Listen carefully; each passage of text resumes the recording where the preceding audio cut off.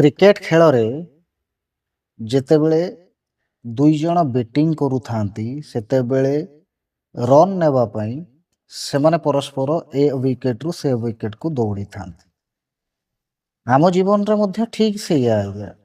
ଆମେ ଆମ ଜୀବନରେ ଅଧିକରୁ ଅଧିକ ସଫଳତା ଆଶାରେ ଆମେ ବି ଦୌଡ଼ିଥାଉ, ବେଳେବେଳେ ରନ୍ ଆଉଟ୍ ମଧ୍ୟ ହଉ, କିନ୍ତୁ ତାରି ଭିତରେ ଆମେ ଭୁଲି ଯାଉ ଯେ ଆମ ପ୍ରକୃତ ପରିଚୟ କ'ଣ।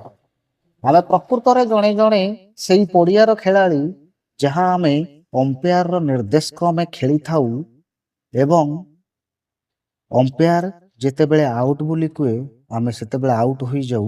ଆଉ ଆଉଟ୍ ଆମର ସତର୍କତା ଆମେ ନେଇପାରନ୍ତି ନାହିଁ ବା ଆମେ ଅନ୍ୟମନସ୍କ ପାଇଁ ଆମେ ଆଉଟ୍ ହୁଅନ୍ତି। ବେଳେବେଳେ ଆମେ ବଲ୍ ଦେଖିପାରନ୍ତି ନାହିଁ, ବେଳେବେଳେ ଆମେ ରନ୍ ଆଉଟ୍ ହୁଅନ୍ତି।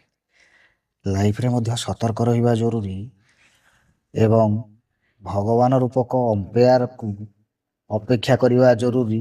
କାହିଁକି ନା ଗୋଟେ କଥାରେ ଅଛି ନା, umpire decision is right decision. ଏଇ ତ ଜୀବନର କଥା।